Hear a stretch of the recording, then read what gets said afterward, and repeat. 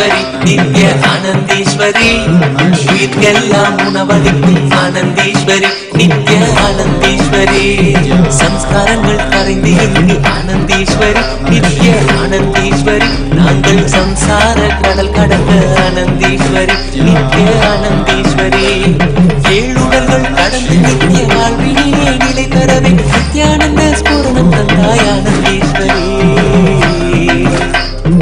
ஆனந்தீஸ்வரி நித்ய ஆனந்தீஸ்வரி உயிர்க்கெல்லாம் உணவளிக்கும் ஆனந்தீஸ்வரி நித்ய ஆனந்தீஸ்வரி ஆனந்தீஸ்வரி நித்ய auspicious day of Mahalaya Paksha.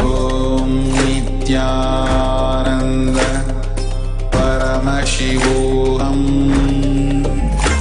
Om Nithyananda Paramashivoham. A few devotees are offering the Maheshwara Puja at the Divine Lotus feet of the Supreme Pontiff of Hinduism, Jagadguru Mahasannidhanam, His Divine Holiness, Bhagavan Sri Nithyananda Paramashivam. Nithyananda Paramashivoham. Requesting all the participants of the Maheshwara Puja to be seated with your head, neck and spine in a straight line. Requesting all the monastic members of Nithyananda order to be seated with your head, neck and spine in a straight line. Bring your awareness to your Anandamanda. Now requesting the listening of the Maheshwara Puja participants, kindly have authentic listening to the truths behind the Maheshwara Puja. And if you have authentic listening, please, and if you authentically cognize, which is internally processed, understand and declare the truth and respond that you agree to the truths behind the Maheshwara Puja, which will be told now. If you please agree, please say yes loudly at the end of each declaration.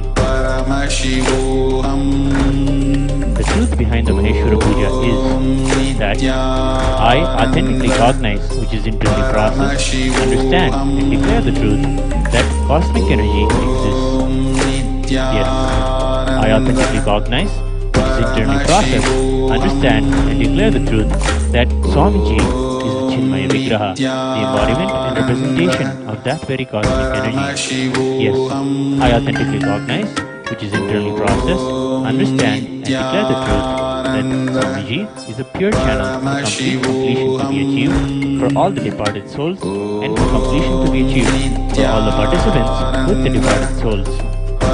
Yes, I authentically cognize, which is internally processed, understand and declare the truth that during the Maheshwara Puja, all the monastic members of the Nithyananda order become a pure channel for completion to be achieved for all the departed souls and for completion to be achieved for all the participants with the departed souls.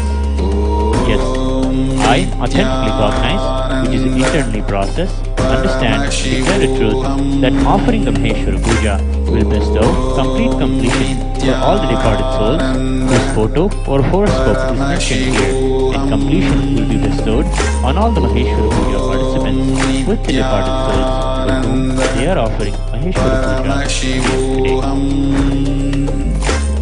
Yes. We will now start the rituals for the Maheshwara Puja.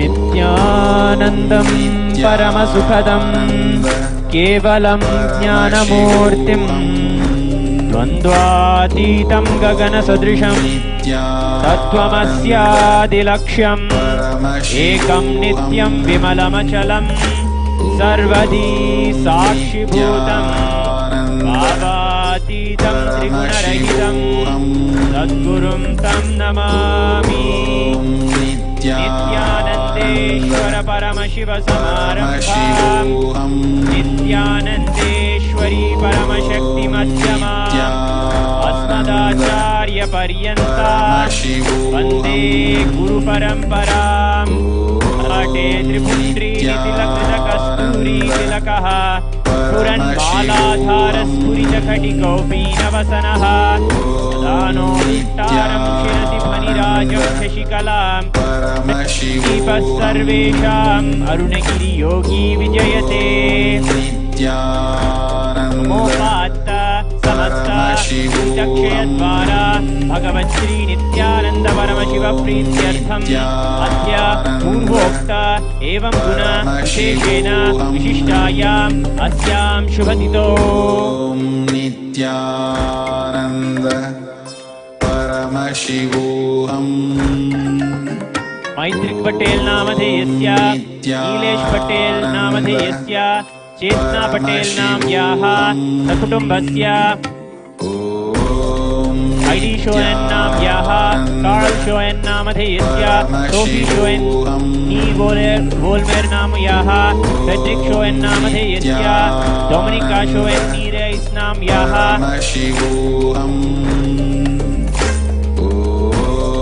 Mabel Corner née Schoen नामधेयस्य Ruth Griffin née Schoen नामधेयस्य Xavier Volmer नामधेयस्य Arpa Volmer née Gofringer नाम्याः Maria Berger née Volmer नाम्याः सकुटुम्बस्य याव नाम्याः Lapolin नामधेयस्य Audrey Zinyan नाम्याः Avery Lukman नाम्याः Songchang Yao नामधेयस्य Angli नाम्याः नाम सकुटुम्बस्य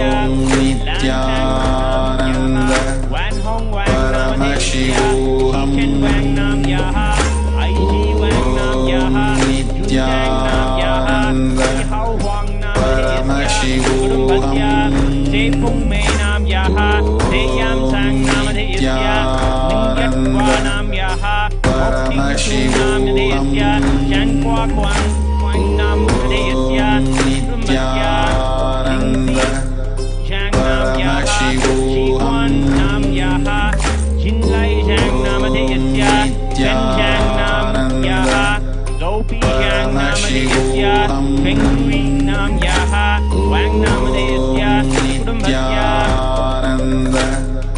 परमशिवोहम ओम नित्यानंद परमशिवोहम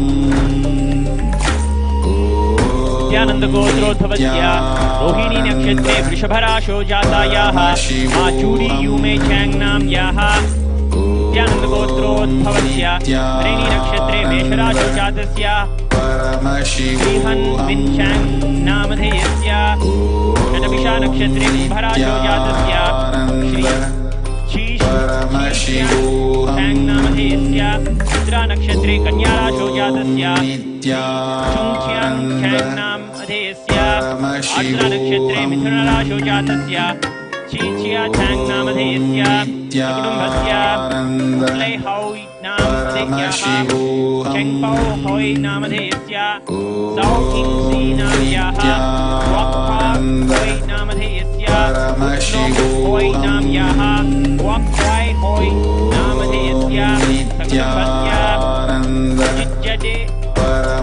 जडेजा नामधेयस्य अंजलि जडेजा नाम्याः जडेजा नामधेयस्य नाम रामा नाम्याः नामधेयस्य नाम्याः कुटुम्बस्य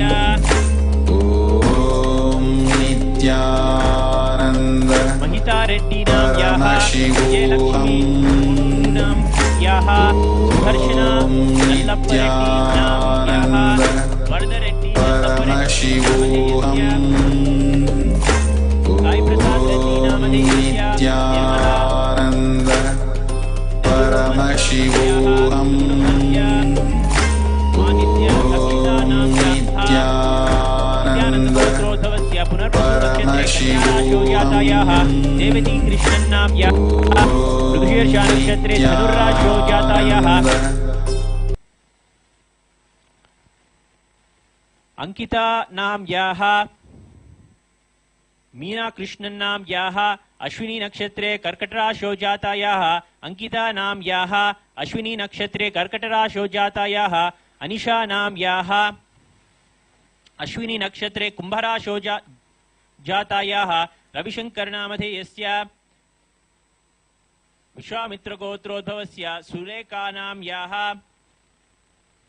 विश्वामित्रगोत्रोद्भवस्य अंजलि नाम्याः सकुटुम्बस्य बीजी Ravi नामधेयस्य सकुटुम्बस्य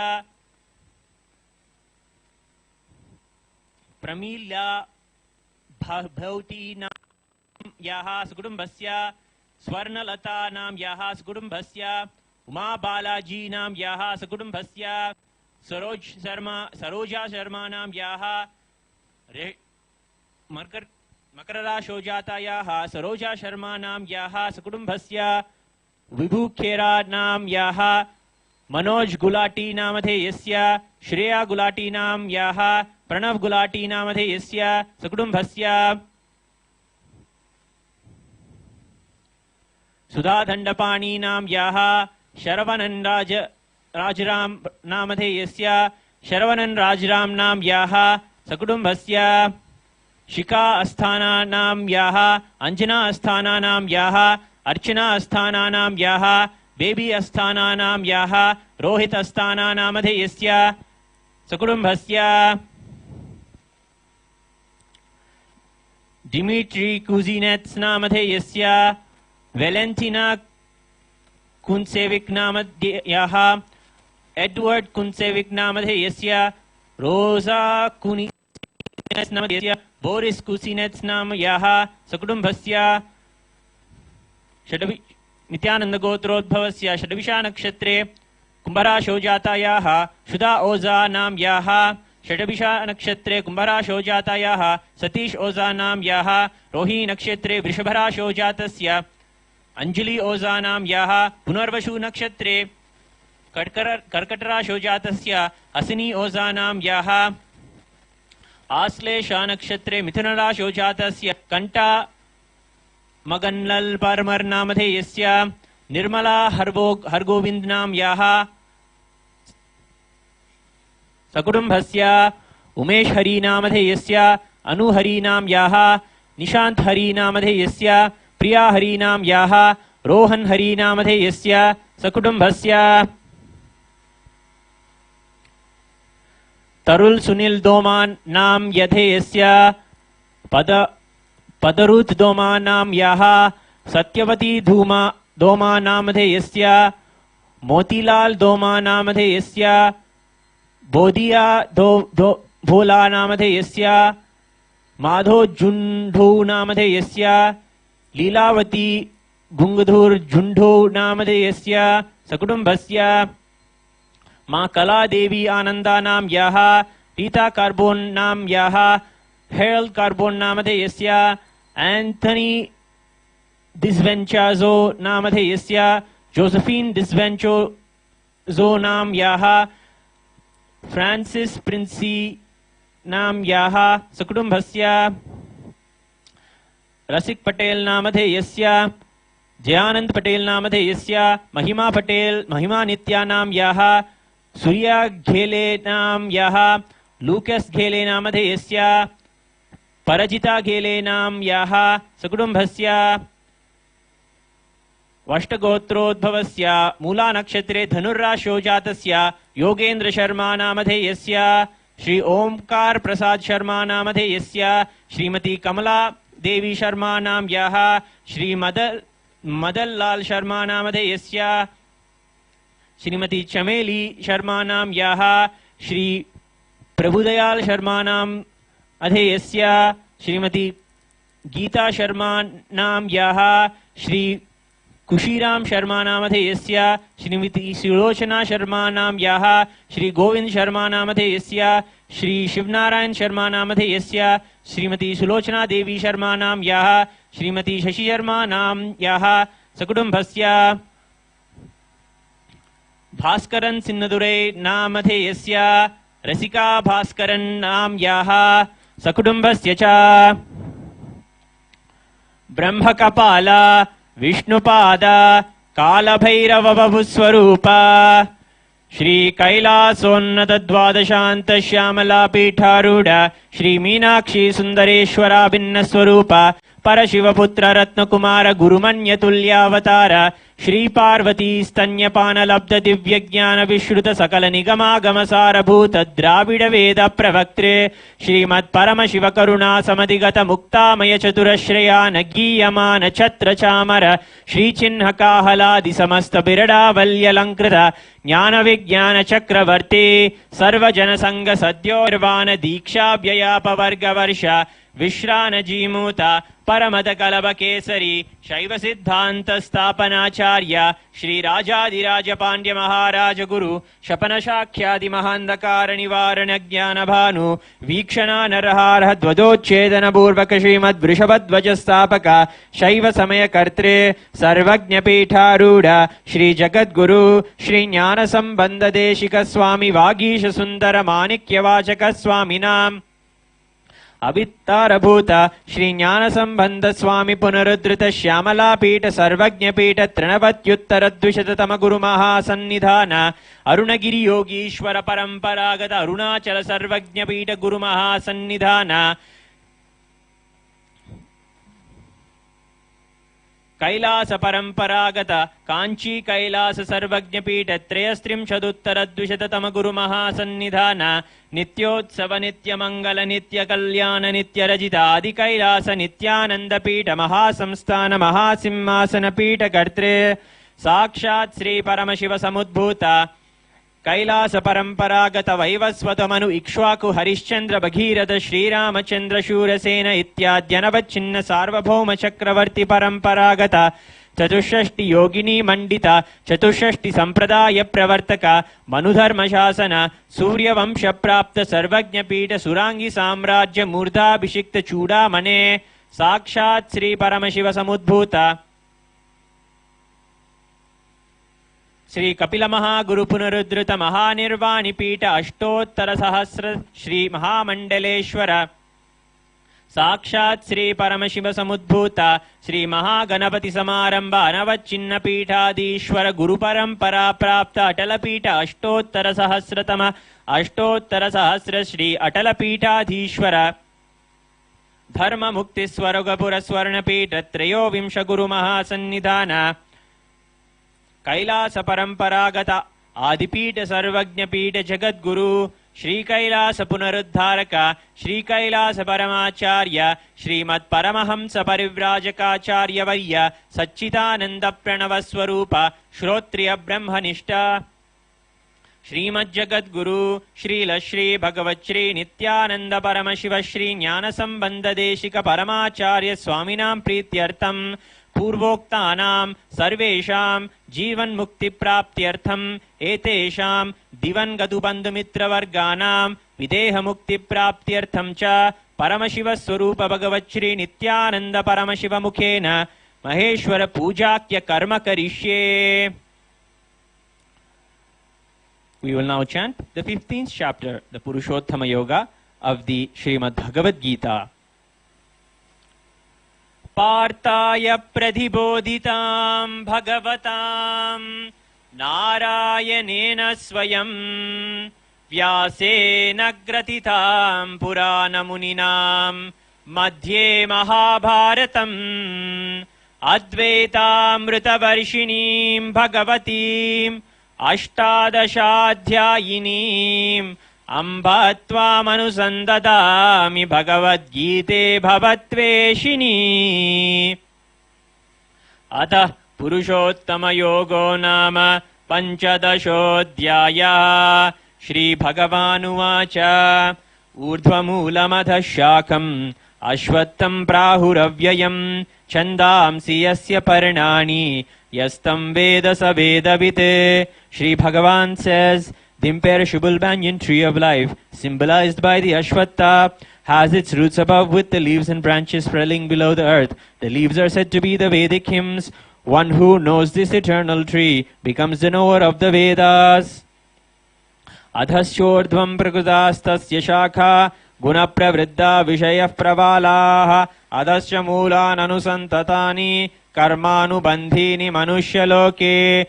The branches of this tree extended below and above the earth Nourished by the tree human attributes guna, its buds are the sense objects. This tree has its roots going down and those are bound by the resultant actions of humans. Narupamasye nathatopalabhyate nanto na chadr na cha sampratishta ashvattamenam suvirudhamulam ashanga shastrena dridena chitva. The real form of this tree cannot be perceived. No one can understand where it ends, where it begins, and where its foundation is. But with determination, one must cut down this strongly rooted tree with the weapon of detachment. Tatah padam tat parimargitavyam yasmin gatana nivartanti bhuyaha tameva chadyam purusham prapadye. Yata pravritti prashrutat purani. One must then seek that place from which, having gone, one never returns, and surrender to the Supreme Being from whom all activities started from the ancient times. Nirmana moha chita sangadosha adhyatma nitya vinivritta kamaha dvandvair vimukta sukha dukya sangyer gachyantya muda padamavyayam tat. Those who are free from pride, delusion and attachment, those who dwell in the self, who are done with lust, who are free from dualities of joy and sorrow, who are not confused, and those who know how to surrender to the Supreme Person, attain the eternal consciousness. Natad bhasayate suryo na shashanko na pavakaha yadgatva na nivartante taddhama paramam mama. That supreme space of eternal consciousness, my consciousness, is not illuminated by the sun, nor the moon, nor by fire. Those who enter that space never return to this material world. Mamaivamsho jiva loke jiva bhutas sanatanaha manasyazdhani indriyani prakritisthani karshyati. The living entities in this conditioned material world are a portion of my eternal self. In this conditioned material world, they are attracted by the six senses, which include mind, dwelling in Prakriti, the active energy principle. Shariram yadavapnoti yachatyukramati ishvaraha grihitvaitani samyati vayurgandhani vashayat. The spirit in the mind body living in this material world moves from one body to another, carrying these just as air carries aroma. Shrotram chakshusparshanam cha rasanam granam cha adhishtaya manaschayam vishayanupasevate. The living entity, the spirit, leaves one body, takes some other body, and gets new eyes, ears, nose, tongue, and sensing body according to the samskaras it has in its causal layer, and enjoys the new mental setup. Ukra mantam sthitham vapi bhunjanam va gunanvitam vimudhananu paschanti jnana chakshushaha.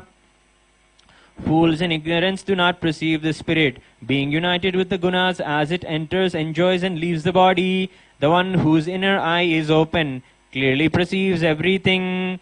Yatanto yoginas chainam paschantyatmanyavasthitam yatanto prakrutatmano nainam paschancha chetasaha.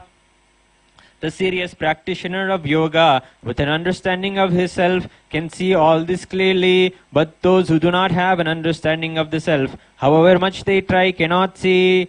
Yada dityagadam dejo jagadbhasayate khilam yachandramasi yachagno tattejo vidhi mamakam. The light of the sun and the light of the moon and the light of the fire, all their radiance is also from me. Gama vishyacha bhutani darayam yah mojasa pushnami choschadi sarva somo bhutva rasatmakaha. Entering into earth, I support all beings with my energy. Becoming the watery moon, I nourish all plant life. Aham vaishvanaro bhutva praninam deham ashritaha pranapana samayuktaha pachanyannam chaturvidam. I am the fire of digestion in every living body. I am the breath of life exhaled and inhaled, with which I digest the fourfold food. Sarvasya chaham hridi sannivishto matta smritirjnanam apohanam cha वेदैश्च सर्वैरहमेव वेद्यो वेदान्तकृद्वेदविदेव चाहम्. I am seated in everyone's heart, and from me came memory, knowledge, and their loss. I am known by the Vedas. Indeed, I am the creator of Vedanta, and I am the knower of the Vedas. Dvavimo purusho loke charascha eva cha charas sarvani bhutani kutastokshara uchyate. There are two things, the perishable and imperishable, in this world. There are the living things who are perishable, while there is the unchanging, unchangeable, the imperishable. Uttamah purushastvanyah paramatmetyudakritaha yo lokatrayamavishya bibhartyavyaya ishvaraha. Besides these two, there is the Supreme Purusha, the Lord Himself, who pervades and sustains these three worlds. Yashmaksharamati-toham aksharaadapi chottamaha atosmi loke vedecha pratitah purushottamah. As I am transcendental, beyond both the perishable and imperishable and the best, I am declared both in the world and in the Vedas as the Supreme Person, Purushottama. Yo mam evam asammudho janati purushottamam sa sarvavid bhajati mam sarvabhavena bharata. Whoever knows me as the Supreme without a doubt is to be understood as the knower of everything, and he worships me with all his being. O son of Bharata! Iti guhyatamam shastram idam muktam maya nagha etad buddhva buddhiman syad kritakrityascha Bharata. This is the most profound teaching taught by me, O sinless one, when whoever knows this will become wise, and his actions will bear fruit.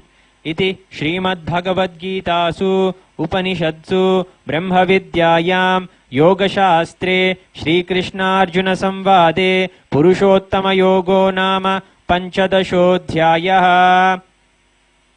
In the Upanishad of Srimad Bhagavad Gita, the scripture of yoga dealing with Brahma Vidya, Yoga Shastra, the science of Brahman, and the Supreme Absolute in the form of Krishna Arjuna Samvada, the dialogue between Sri Krishna and Arjuna. This is the 15th chapter named Purushottama Yoga, the yoga of the Supreme Being.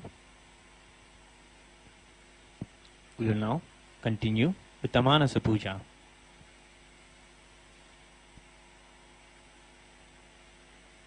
Om Ritpadmamasanam Dadyad Sahasrarachyutamrutaihi Padyam Charanayor Dadyad Manastu Argyam Nivedayet Tena Amrutena Achamaniyam Snaniyam Tena Chasmritam Akashatattvam Vastram Syat Gandhasyat Gandhatatvakam Chittam Prakalpayet Pushpam Dhupam Pranan Prakalpayet Tejastattvam Cha Deepartham Naivedyam Syat Sudham Buddhihi Anahatadvanirgantha Vayutattvam Cha Chamaram Sahasraram Bhavet Chatram Shabdhatattvam Cha Geetakam Nrityamindriya Karmani Chanchalyam Manasastatha Sumekalam Padmamalam Pushpam Nana Vidham Tatha Amayadyir Bhava Pushpehi Archayet Bhava Gocharam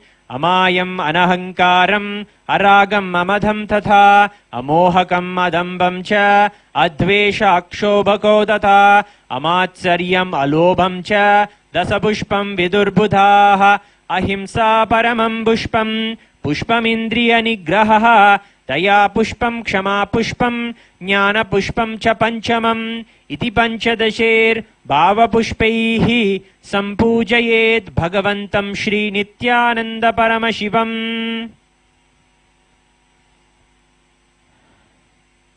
We will now offer the Dashopachara Puja.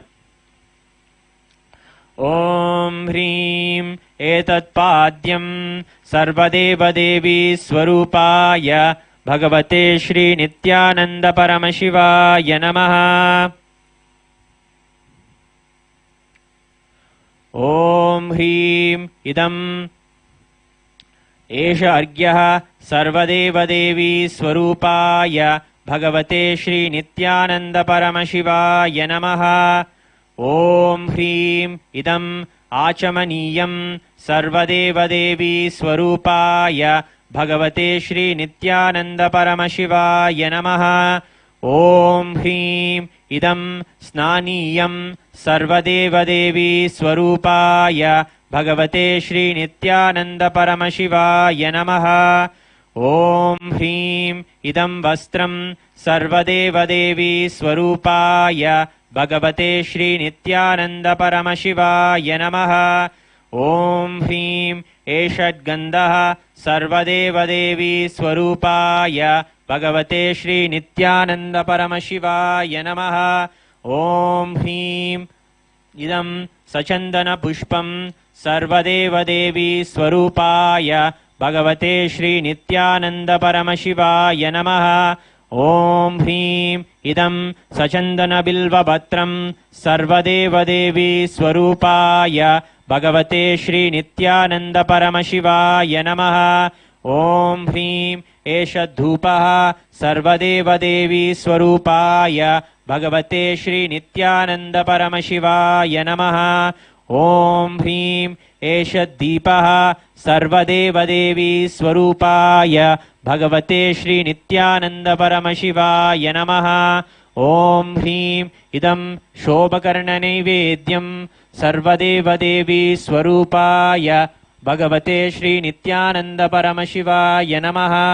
ॐ ह्रीं इदं पानार्थोदकं सर्वदेवदेवी स्वरूपाय भगवते श्री नित्यानंद परमशिवाय नमः। ॐ ह्रीं इदं पुनराचमनीयं सर्वदेवदेवी स्वरूपाय भगवते श्री नित्यानंद परमशिवाय नमः।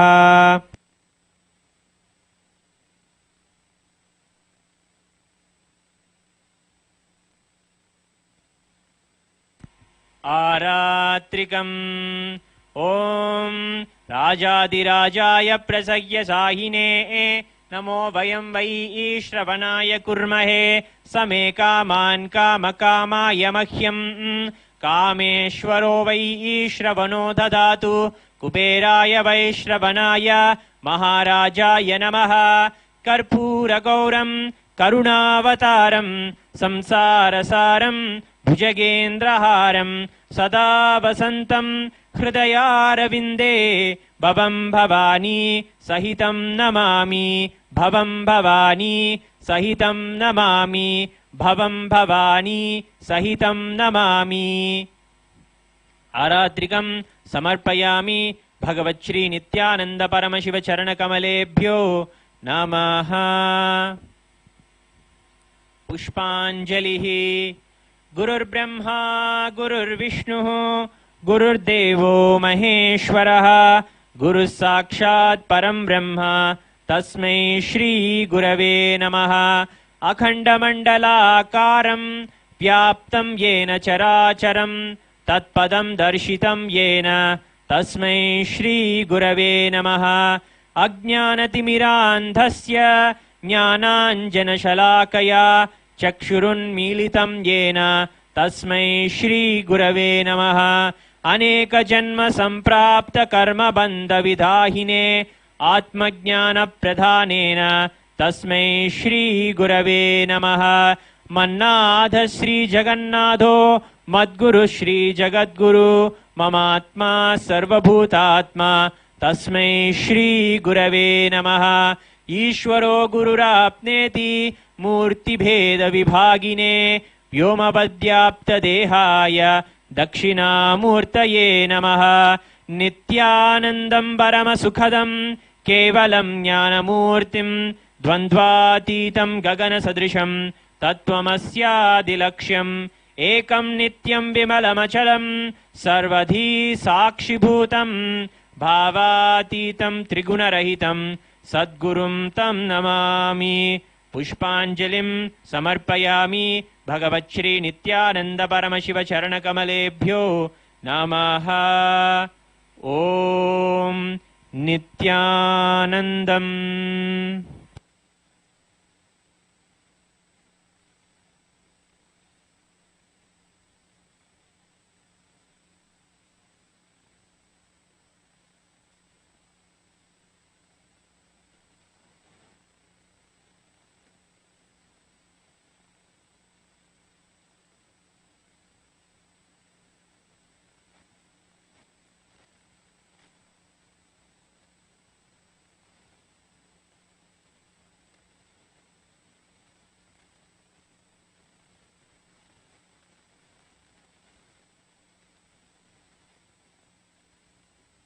அன்னையும் நீ ஆனந்தேஸ்வரி நித்ய ஆனந்தேஸ்வரி ஆதிசக்தி நாயகியே ஆனந்தேஸ்வரி நித்ய ஆனந்தேஸ்வரி அன்னமிடும் அன்னையும் நீ ஆனந்தேஸ்வரி நித்ய ஆனந்தேஸ்வரி ஆதிசக்தி நாயகியே ஆனந்தேஸ்வரி நித்ய ஆனந்தேஸ்வரி கண்ணமிடும் கருமங்களை மாற்றி இங்கு Sees of the Nithyananda order worldwide are requested to partake the Pinda Prasadam. Thank you, Nithyanandam. ஆனந்தீஸ்வரி நித்ய ஆனந்தீஸ்வரி உயிர்க்கெல்லாம் உணவளிக்கும் ஆனந்தீஸ்வரி நித்ய ஆனந்தீஸ்வரி சம்ஸ்காரங்கள் கரைந்து இங்கு ஆனந்தீஸ்வரி நித்ய ஆனந்தீஸ்வரி நாங்கள் சம்சார கடல் கடக்க ஆனந்தீஸ்வரி நித்ய ஆனந்தீஸ்வரி ஏழுடல்கள் கடந்து நித்ய வாழ்வினிலே நிலை பெறவே நித்யானந்த ஸ்பூரணம் தந்தாய் ஆனந்தீஸ்வரி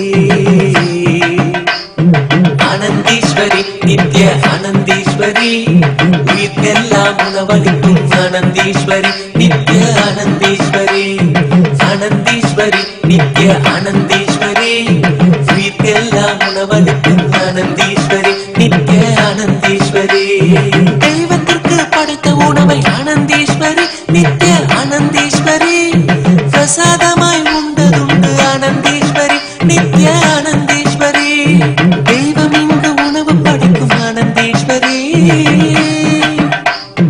தெய்வம் இங்கு உணவு படைக்கும் ஆனந்தீஸ்வரி வரப்பிரசாதம் பெற்றிடவே பெற்ற வரம் யாமறியும் ஆனந்தீஸ்வரி ஆனந்தீஸ்வரி நித்ய ஆனந்தீஸ்வரி உயிர்க்கெல்லாம் உணவளிக்கும் ஆனந்தீஸ்வரி நித்ய ஆனந்தீஸ்வரி ஆனந்தீஸ்வரி நித்ய ஆனந்தீஸ்வரி உயிர்க்கெல்லாம் உணவளிக்கும் ஆனந்தீஸ்வரி நித்ய ஆனந்தீஸ்வரி இத்திலியை நீ அளிக்க ஆனந்தீஸ்வரி நித்ய ஆனந்தீஸ்வரி வாழ்வில் இடர்கள் நீங்குதம்மா ஆனந்தீஸ்வரி நித்ய ஆனந்தீஸ்வரி இத்திலியை நீ அளிக்க ஆனந்தீஸ்வரி நித்ய ஆனந்தீஸ்வரி வாழ்வில் இடர்கள் நீங்குதம்மா ஆனந்தீஸ்வரி நித்ய ஆனந்தீஸ்வரி சட்டினியை நீ அளிக்க சட்டனவே சங்கடங்கள் சடுதியிலே மறையுதம்மா ஆனந்தீஸ்வரி ஆனந்தீஸ்வரி நித்ய ஆனந்தீஸ்வரி உயிர்க்கெல்லாம் உணவளிக்கும் ஆனந்தீஸ்வரி நித்ய ஆனந்தீஸ்வரி ஆனந்தீஸ்வரி நித்ய ஆனந்தீஸ்வரி உயிர்க்கெல்லாம் உணவளிக்கும் ஆனந்தீஸ்வரி நித்ய ஆனந்தீஸ்வரி சாம்பாரை நீ ஊற்ற ஆனந்தீஸ்வரி நித்ய ஆனந்தீஸ்வரி எங்கள் அகங்காரம் அழியுதம்மா ஆனந்தீஸ்வரி நித்ய ஆனந்தீஸ்வரி சாம்பாரை நீ ஊற்ற ஆனந்தீஸ்வரி நித்ய ஆனந்தீஸ்வரி எங்கள் அகங்காரம் அழியுதம்மா ஆனந்தீஸ்வரி நித்ய ஆனந்தீஸ்வரி ஓங்கார ரூபிணி நீ ஆனந்தீஸ்வரி ஓங்கார ரூபிணி நீ பாங்காக பரிமாற பாவங்கள் கரையுதம்மா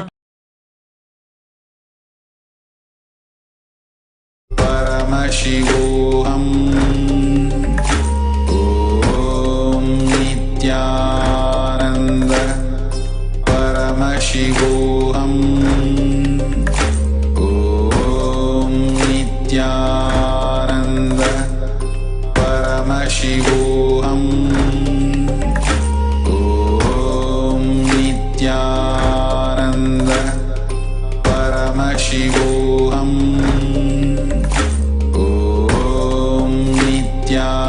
Nithyananda Paramashivoham. Om Nithyananda Paramashivoham. Om Nithyananda Paramashivoham. Om Nithyananda Paramashivoham. Om Nithyananda Paramashivoham. Om Nithyananda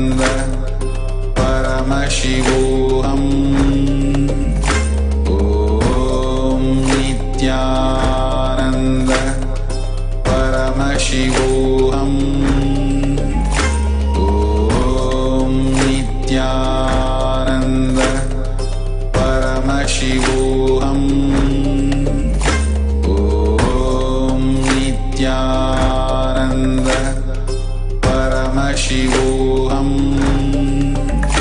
Om Nithyananda